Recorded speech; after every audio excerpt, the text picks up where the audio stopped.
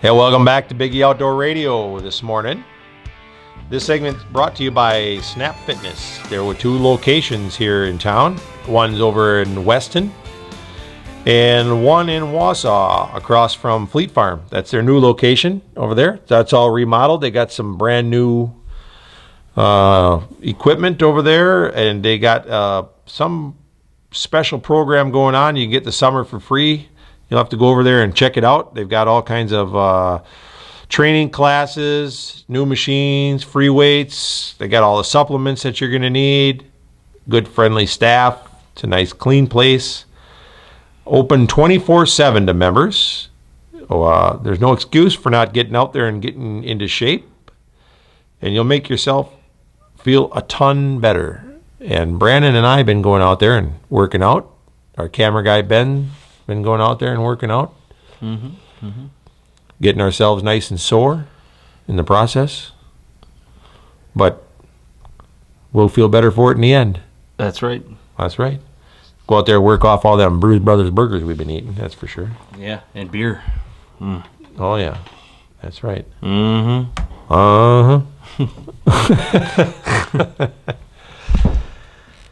Anyway, Brandon, we just got back. We drove all the way through the night to get back so you could get back to work in time. Yeah. From a really great hunt. Oh, yeah. We slayed some hogs down in southern Georgia. We were smacking them. We were down at Gum Log Plantation. That's right, yeah. In southern Georgia. And we drove down there to do a filmed hunt. A filmed eradication hunt. Yeah. We went down there to, we actually sell hunts down there. They have a place where we can go down there and you can do deer hunts, you can do hog hunts. And believe it or not, there are some big deer down in southern Georgia on this place. They actually have a Wisconsin strain down there that they got like some 50 years ago. Blue tongue went through that part of Georgia and wiped out a lot of deer. And so then they brought in Wisconsin and Minnesota bloodlines down there and revamped their population.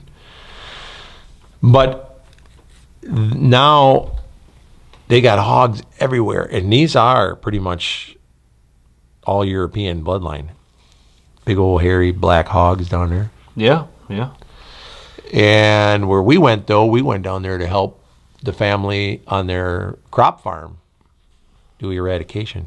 Corn and tobacco fields just being torn up. Oh, man, they come out there and they root up these plants and tear up the fields. And I'll tell you what, if you get a chance to see some of the video that we took and some of the pictures that we took, it's insane. Even from one night to the next when we would go out there, it was crazy to see just how much damage they did in one night, in one day. I couldn't believe, we'd be driving along the edge of the field after we put you guys in the stand the first night. We drove around the fields in the cart, and some places it was right on the edge. You could already see it, but you'd look into the field maybe 50 yards in, and you'd see where it looked like somebody tried to land a plane in there. Yeah. I mean, it was just mowed down. And I could not believe it. I mean, it's tore up. They are doing so much damage in them cornfields. It's unreal.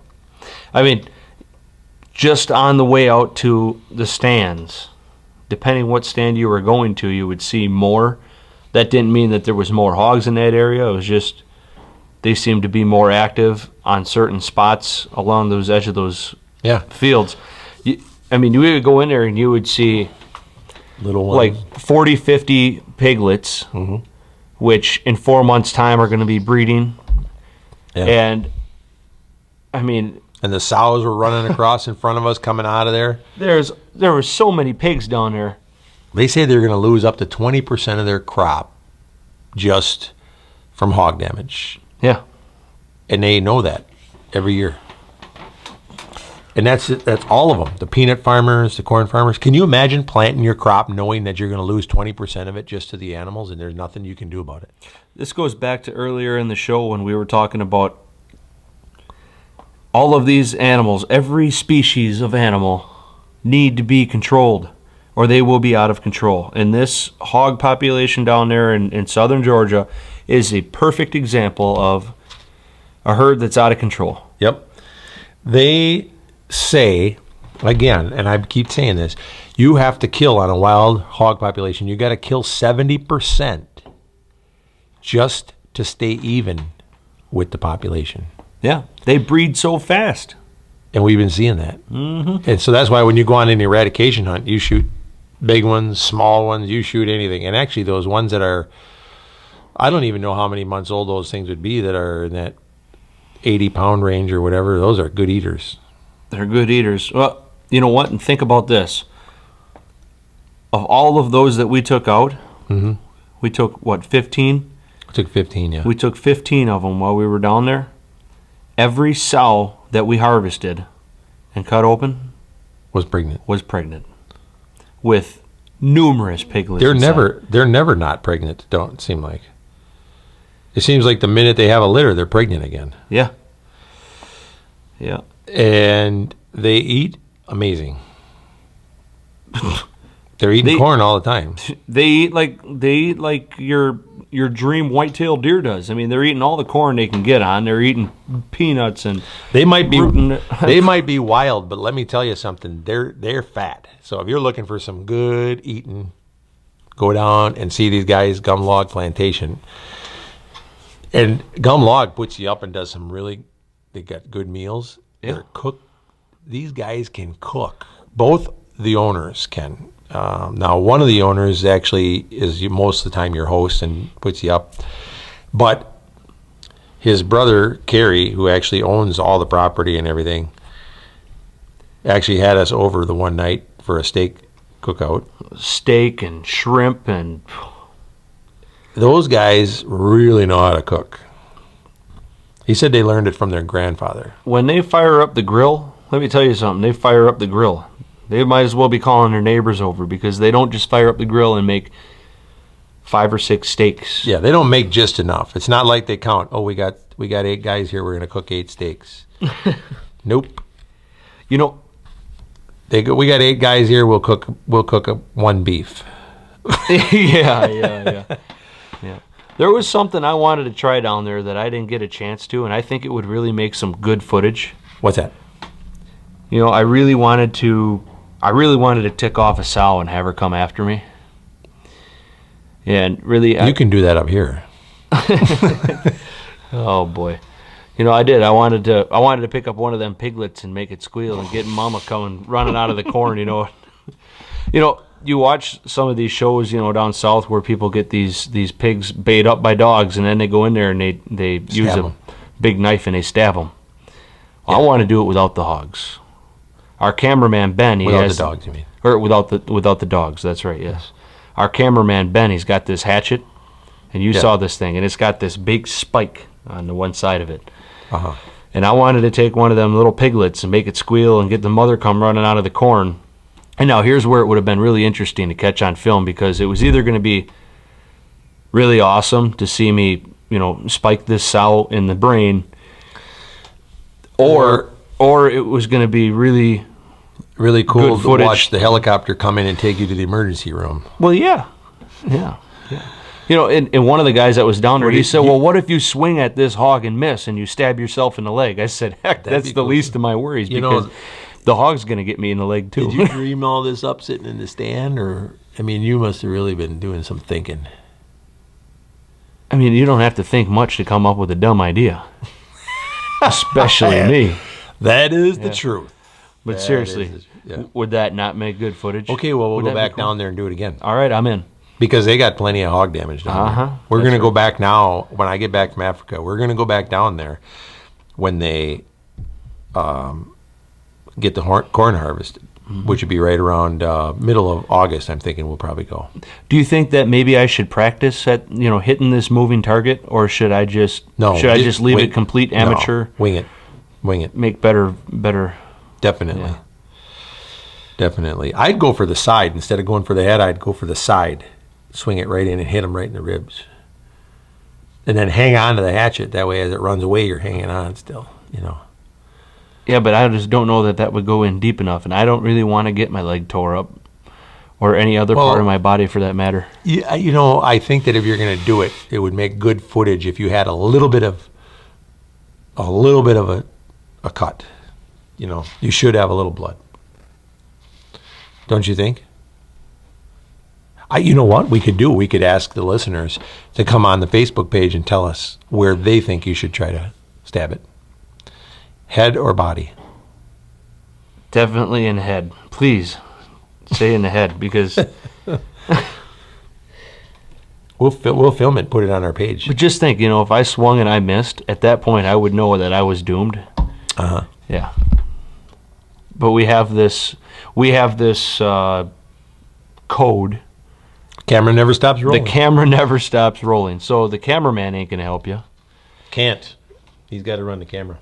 But that doesn't mean that Ben isn't running the camera and you could be there on standby in case things went south. If things went south, would you step in and help me, or would you just watch?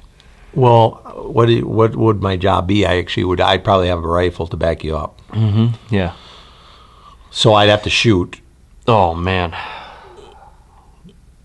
Everything's riding on that? I'm dead on. You know it. You saw me on this trip. You can't deny it. I can't deny it. I've been having this argument with you back and forth over who's the better shot, and when it comes down to the rifle shot and all, especially after this trip, I had my misses in there, and I'm a one-shot kill here still. yeah. I never spent the bullet that didn't bring something down, and bring them down in a bad way. Yeah. Heads and necks. Heads and necks. So I'm. It's fair to say that I've lost that competition for now. We can start that over anytime you want to. You might. We'll pick this up again right after this messages. Be right back. Hey, welcome back, Biggie Outdoor Radio. Brandon, we were talking about this hog hunt that we just got back from on Gum Log Plantation down in South Georgia. And we were down there actually with this eradication hunt. We actually hunted in late evenings and we hunted after dark. We were breaking in some new IR sites that we got sent to us. Yeah. We had a little bit of trouble with a couple of things on them, but a lot of it was maybe us getting to know them and getting to use them and mounting them right and things like that. But I didn't, on my gun, I seem to have them working pretty good. But the night sights from Dark Widow and Night Sight USA, they seem to work pretty slick. They do, and it's a pretty good concept too, because people seem to think that for being able to hunt at night and using night sights and night vision and infrared and all that, people tend to think that they're in the $5,000, $6,000, $7,000, $8,000 range. Right.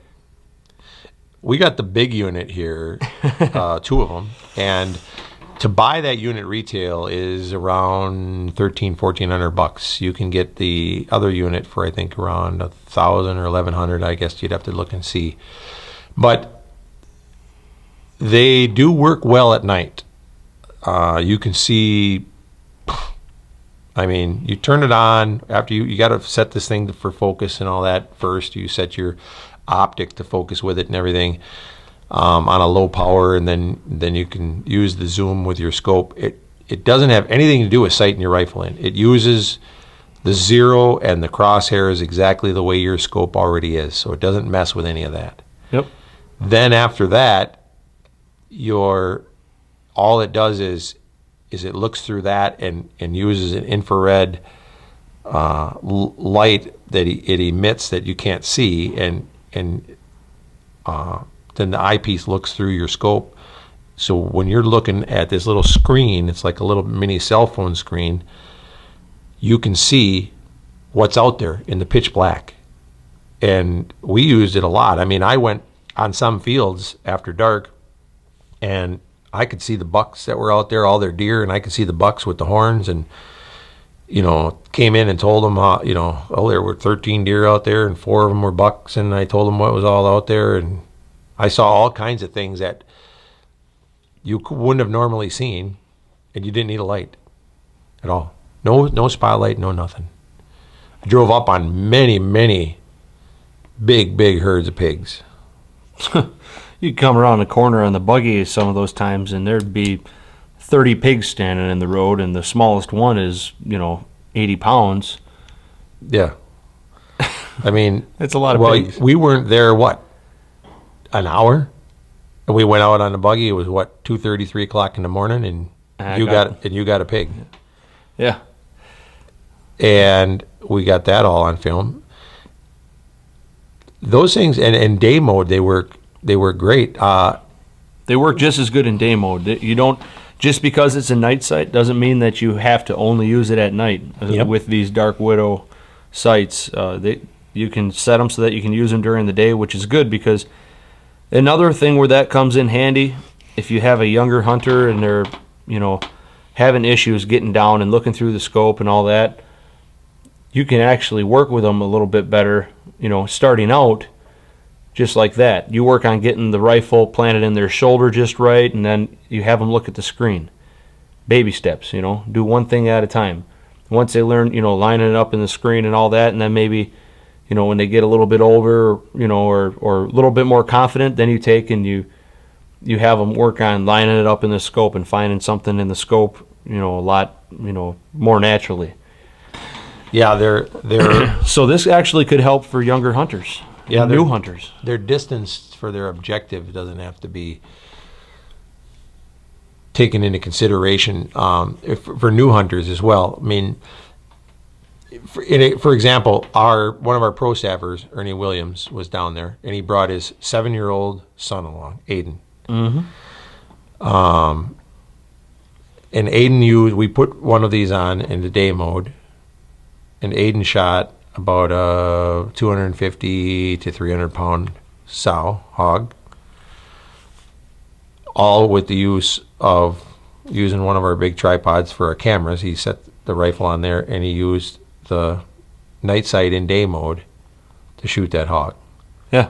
Because he didn't have to worry about lining up the scope. He put the rifle on there, and he lifted it up. We got it all on film, and he could look at that TV screen, and he seen where the crosshairs were. He put it on the hog. He pulled the trigger and killed himself a great big hog. That's right. And that was his first kill ever. And he was extremely excited. Yeah, he was really excited because that first night we actually all had a little competition going on over who was going to get the biggest pig. He got the biggest pig of the week. He got the biggest pig of the week, not just of the night. I mean, that 7-year-old boy, his first hog ever, and he did a good job. He did a really good job, and it was a good shot. Yes, it was. It was a good shot. He took that ticker right out of that old pig. Right through the heart. Yeah. Thing ran maybe 75 yards and was gone. Yeah. So then we let some other folks use it in day mode. Well, we used it a little bit. Mm-hmm. But my wife, Cheryl, has never gotten to hunt an animal, and she got her first animal ever as well. With it, she shot a hog, and we got it on film. Shot that thing right through the heart as well. Yeah. She actually thought she'd missed, but I said, no, you didn't. I could tell by the way it backed up, kind of took a step back, ran off. I went down there, sure enough, there was blood. Ran in the woods. And then we had another female hunter that was with us, and we passed the rifle to her, and she used it. She shot one right in the neck. And then 2 more came out, and she shot one right through the head, and it went right through the neck of the other one right behind it. Got 2 with 1 shot, so she ended up with 3 hogs right there. And so we've got some great footage with them. I shot a few. We shot some at night. I mean, we've just got excellent footage, and we had excellent luck with those night sights. So I think that using them for coyotes would be amazing. Because you could sit still, you wouldn't have to shine a light anywhere. It emits nothing. You could just sit still, sit quiet, run your call a little bit, and use that thing once in a while to scan your field. And you would probably be very successful with it. You wouldn't scare anything away. Man, I'm just thinking about the coyote hunting we can do with those things, and that Yeah. That could be real fun. That could be pretty interesting. Here or out west. Yeah, absolutely. You know, it just lengthens the amount of hours, you know, you can hunt. Mm-hmm. Low light situations, you could use it when the light gets low at night. Still shooting hours and it's low. You know, like those nights, especially when it's cloudy and you lose that little bit of light that you can see. So there's a lot of things that thing could be used for. I'm actually pretty happy with it. I'm thinking that might be something worth a lot of folks checking out, the night sight. Oh yeah. Mm-hmm. Like I said, and if you're looking for a good inexpensive hunt, gum log, go down there, kill yourself some hogs. Eat some good food. Yeah, their daily rate includes 2 hogs, all the meals and lodging. Go down there and spend a weekend down there. Take your son or your wife or someone down there. And I think you'd have a great time. Maybe we should take Megan back down there. Think she'd have fun doing that? Oh, I guarantee you she'd have fun doing that, and I know she wants to do it. Mm-hmm. She's itching to take part in more of these hunts with us. That's for sure. Yeah. So yeah, Cheryl had a really good time. She thanked me over and over again. I mean, she's not a big outdoors person normally, but she really got into this and she had a great time. By the time she had a lot of fun. We actually enjoyed the time in the lodge. It was relaxing. We had good meals. Good music. Man, they had one of these old jukeboxes in the lodge. You guys kept jamming it out in there?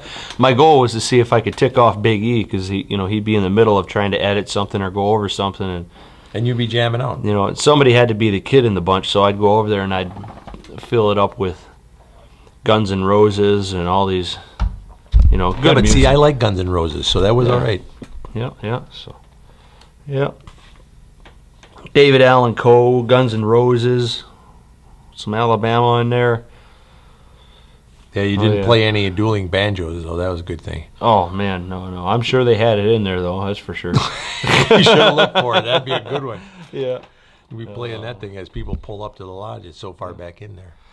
It's 5 miles. I told you it was 5 miles off the road. You pull off the paved road into their driveway, and I was driving when we first showed up, and Big E says, well, he said, now you drive for 5 miles until you get to the lodge. And I thought he was kidding.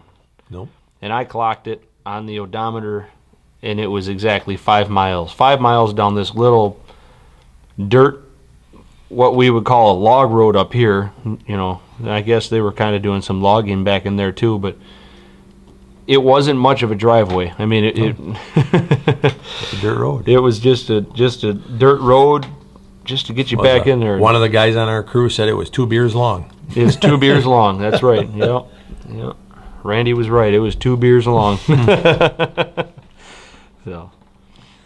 yeah, and you can check out the pictures of what we all got on Big E Outfitters, Big E TV Facebook page, or actually I put some of the pictures right on the Big E Radio Facebook page as well. Yeah. Go check them out. You'll be surprised, and you'll see some pretty cool stuff on there. So we'll wrap it up, and we'll come back right after these messages. Well, welcome back to Biggie Outdoor Radio. Brandon, we've been talking about hog hunting and all kinds of stuff. I'm getting ready to head to Africa here in the next couple of days. Yeah, this could be the last time I see you alive. Yeah. Actually, if all goes well, I'll be getting on a plane today as long as my passport gets here. So, but like I said, then, it takes me a couple of days to get there. So I'll be hunting some dangerous game over there. Going to be doing some filming. And I'll probably be sending in the next show from Africa. Yep. We're going to end up doing a call-in because you're going to be spending pretty much all of July over there. Yeah. So this could be kind of interesting. we're going to Zimbabwe after some lions over there. They got a lion that's been eating some guy's sheep. Oh. It's a sheep stealer. Huh. I know some rednecks that would think that's just a mortal sin, having their sheep stolen. Yeah. I don't even know where to go with that. Oh, man. But then we're going after, there's an elephant that has to get thinned out of a herd. Sometimes when those elephants get older, they get a little bit crazy. There's one. Then there's a couple Cape buffalo. I guess there's one guy's going after Cape buffalo. I'm not sure what all else is being hunted, but So what are you hunting, personally? I don't know. You don't know? Okay. No, whatever gets in my way. Huh. That could be fun.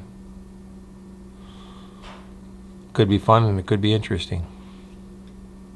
Let's just hope that your cameraman is good enough to stick with you. I know. I don't have you over there. Yeah. I'll be pulling all-nighters making cheese. Yeah. Yeah. Well, not making cheese, but Cutting the cheese. I'll be cutting the cheese all night. There you go. You're one of the only guys I know that gets paid to cut the cheese. Oh, man. Yeah. That's interesting that you do that,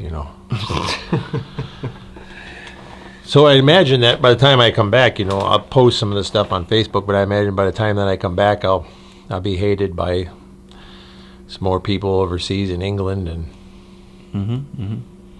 Your bounty might actually go up in London. Yeah. Yeah.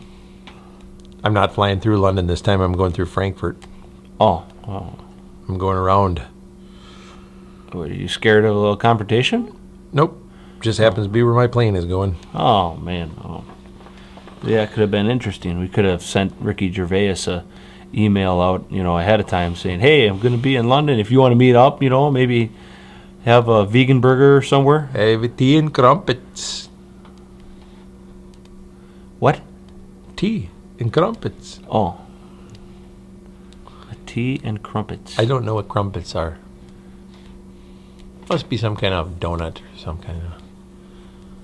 Probably some stale bread or something. Huh. Could be, I don't know. So how many people are going over to Africa with you anyhow? I don't know. There's a bunch of guys coming over there that are going to do this hunt. Maybe I'll just shoot a monkey while I'm over there again. Oh, man, those are always fun, A baboon. Take out a baboon. Piss off the environment, Can I say that? Yeah, you just did. Yeah. What else would be good? Want me to get a zebra? No, I'm not going to do that. I'm going to wait for you to come. And I'll go after the zebra. Yeah. I think Scott and his wife were over there, and I think Scott took a zebra. I'm pretty sure Scott did when he was there. And he got a kudu, impala, wildebeest. Black wildebeest would be fun. But I'll wait for you for that too. Well, you don't have to wait for me, man. I mean, hey, you gotta... I'm taking the Heart rifle, Are you? Yeah. Oh, man. I'm going to take the Heart over there, and if I do anything with a rifle, I'm going to reach out and touch them. Really reach out and touch them. So we got that thing sighted in yet? No, I'll sight it in when I'm over there. Oh, there you go. Yeah. Won't take me long. No, it usually takes you about 3 rounds. But you got to remember, you're shooting a lot farther with that rifle. It doesn't matter. I have a BDC on it. What are you going to sight it in at? I'll sight it in at probably, I'll sight it in at 100, and then I'll shoot it at 300 and at 500. Yeah. You probably need a whole different rangefinder than the ones that we normally use for over there. They have one of them trackers. I'll have them run out there. I'll have them count steps, mark it off. I didn't see this guy. 1, 2, 3, 4. See this guy running back and forth out there at the range. Oh, man. You hit it, boss. You hit the target. Oh, boy. So as far as dangerous game, you're going after the lion for sure. Or the lion could be coming after me. Either way, it's going to be really good video. Either way. So, Yeah. yep. Are you going after the elephant or somebody else? No, I'm not going after an elephant. No? No. Where are we going to put an elephant in this store? We could rent the space next door. That'd be kind of cool. We definitely. How would we get it in here? Because you know I'd want to full body mount that.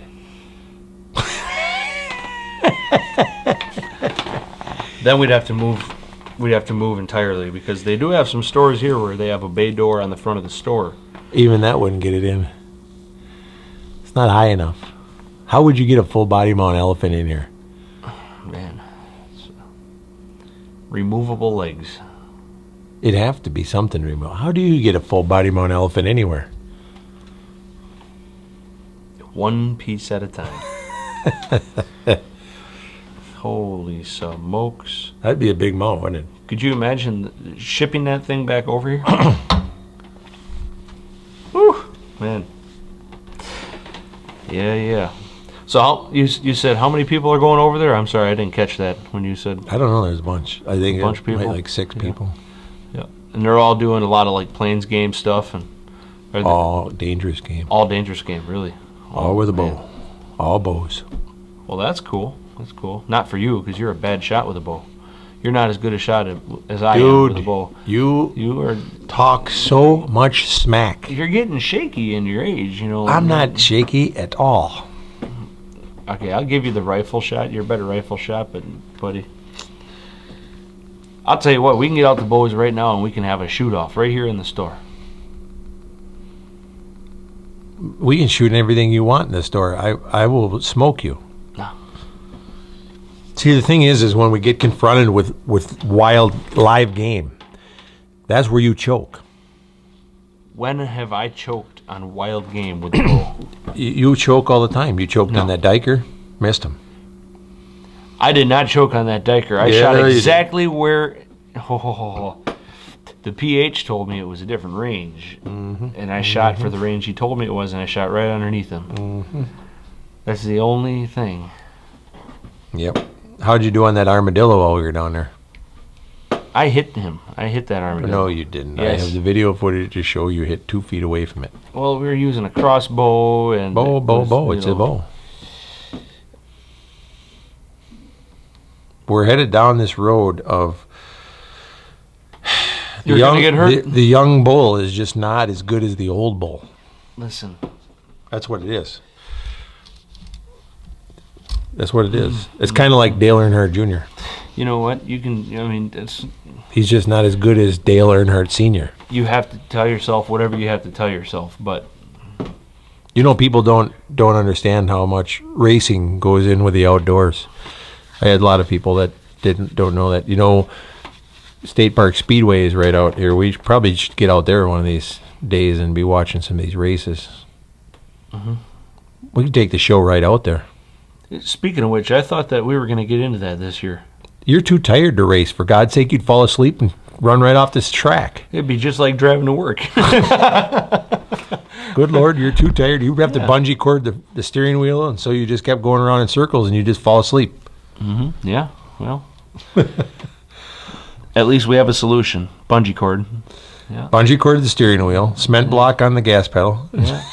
That guy is flying. He just keeps going. Oh my God, get out of his way. Somebody tell him this thing ended 10 laps ago. Holy smokes. Hey, dummy, you won. Oh, man. Yeah. Hey, did you know that the guy, these guys aren't even a sponsor yet. Hopefully, we will get them. But did you know who owns State Park Speedway? Scott Wimmer. Really? Yeah. Well, all right. Did you know he's also the same guy that owns Ropa's Pizza?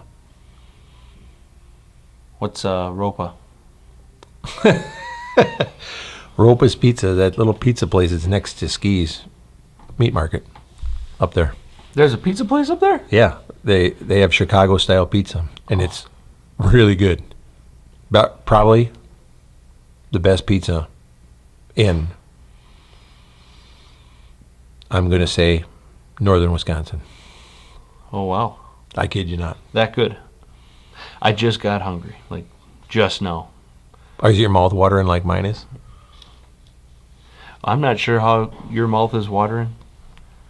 I don't want to know. Yeah, there'd only be one way for us to prove that. No, but we can't do it. Well, I mean, I'm not legally now. Well, no. Yeah, it's legal now. No, just no. No. We're not going to go there. You could get Skittles pizza. Oh, for crying out loud. Oh, man.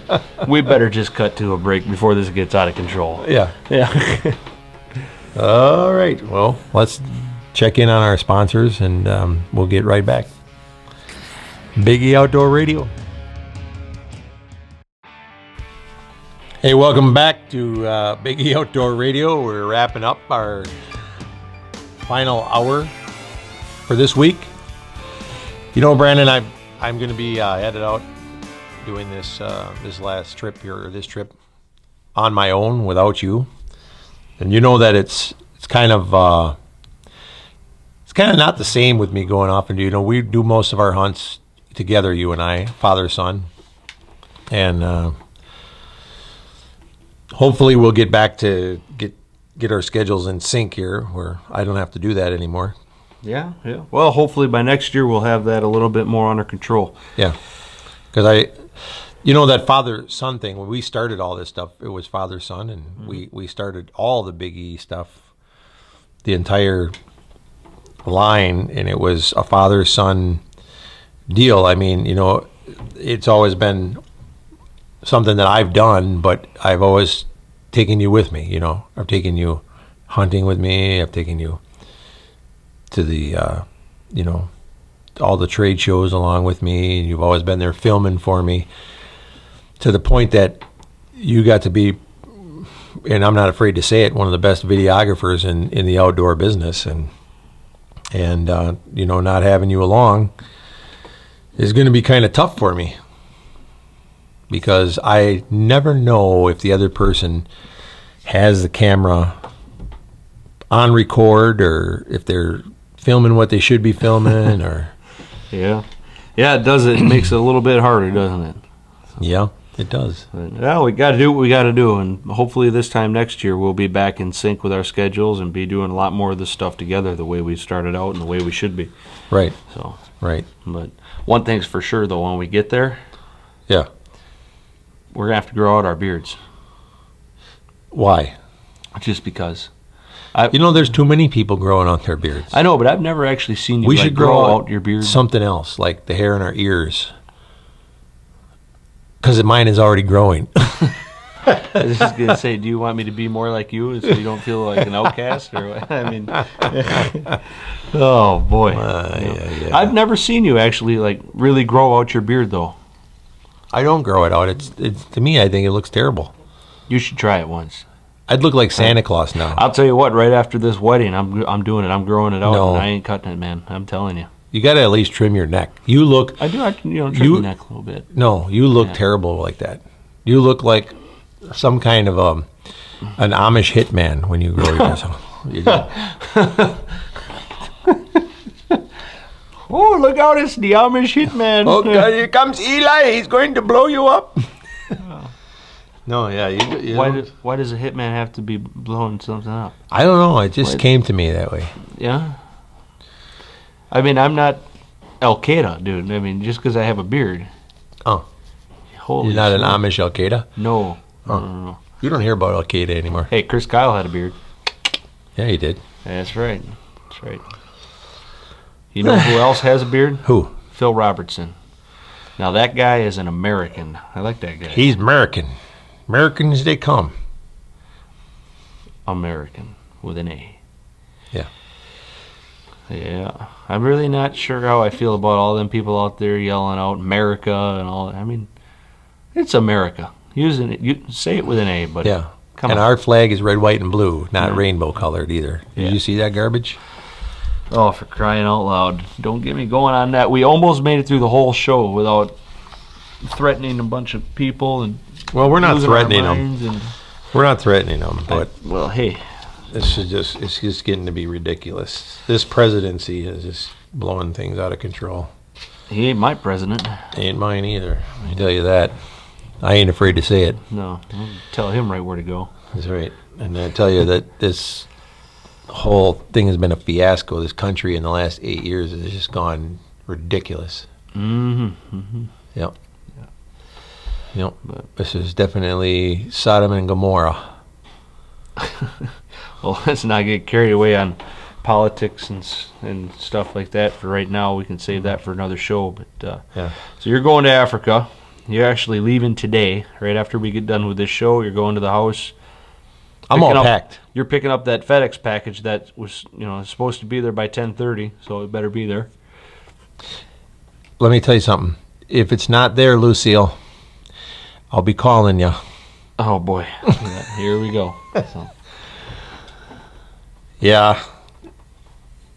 Those people at FedEx, I mean, I called her yesterday and I told her, I said, let me tell you something. You better get somebody in a truck with my package and be meeting me at O'Hare Airport if it's not. well, there you go. Hell yeah. Yeah. Well, we covered a lot of different stuff in this show. We started out talking about the Wolves and how their numbers are Yeah. all over the board. I'll be posting a lot of pictures, while I'm over there, and I'll try to keep them. When I post pictures from my hunts, I don't post blood. We don't, because we try to make them so that if a non-hunter, not an anti-hunter, but a non-hunter sees them, that they're in good taste. Well, we keep them classy enough that we can still use them for advertising. Right. We don't want to look like a bunch of fools. Right. And if you're posting pictures, let me give you guys some hints. When you're taking pictures, there are some things that a lot of hunters don't take into consideration. One of the things that they will eat you up on and they use against you and make us look like barbarians and all that is when you straddle an animal. Yeah, straddling it, sitting on it. Yep. Don't do those kind of things. Trying to ride it, doing things like that. It's disrespecting the animal after it's down. And that's how they look at straddling it and things like that. It's like an over display of dominance or whatever. We don't think anything of it. And to be honest with you, I don't think anything of it either. But especially people from other countries. Yep. It's a whole nother outlook on respect issues.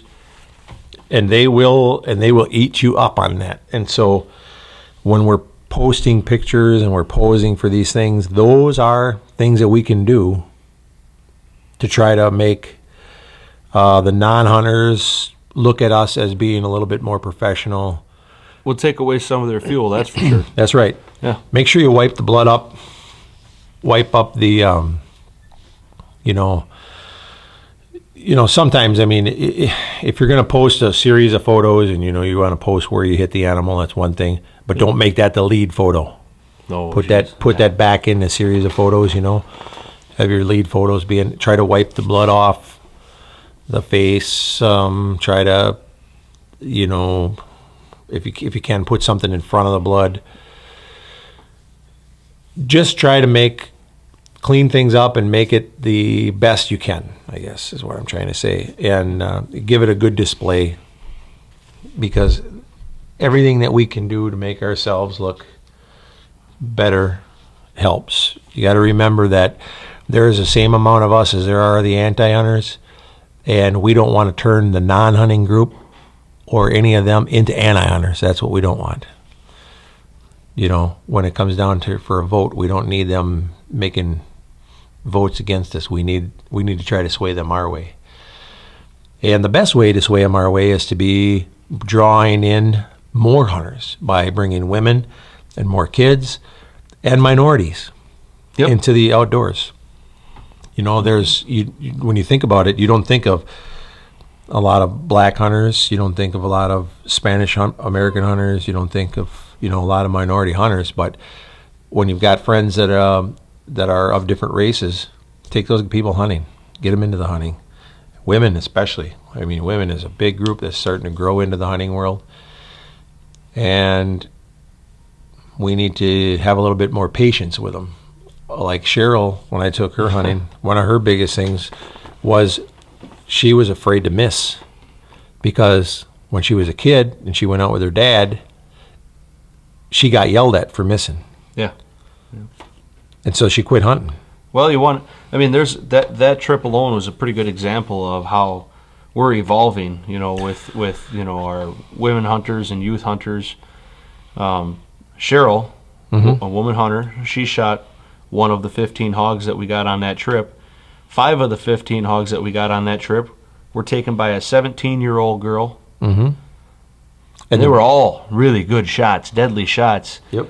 So it's growing, and that was a pretty good example of it. And the biggest hog was taken by a 7-year-old kid. Exactly. Yeah. And 3 more hogs were taken by another kid. A 9-year-old kid. That's right. Yeah. So that hunt alone was a pretty good one for our youth, for our women hunters. It's starting to grow a lot faster. You're starting to see a lot more women hunters out there and a lot more younger hunters. And the best way to help and keep the antis from jumping all over us is just to keep educating the people that want to be educated on it. Yep. And eventually, the people who don't really want to be educated on it or don't care to be, they're going to catch on to it, and they're going to see that there is an ethical side to all these forms of hunting that we're doing. That's right. That and making sure that we always put our best foot forward and a good public image. Mm-hmm. Cleaning up the animal, not having blood hanging off of our trucks, keep the trucks washed, all that kind of stuff. Those kind of things. We don't have to get carried away.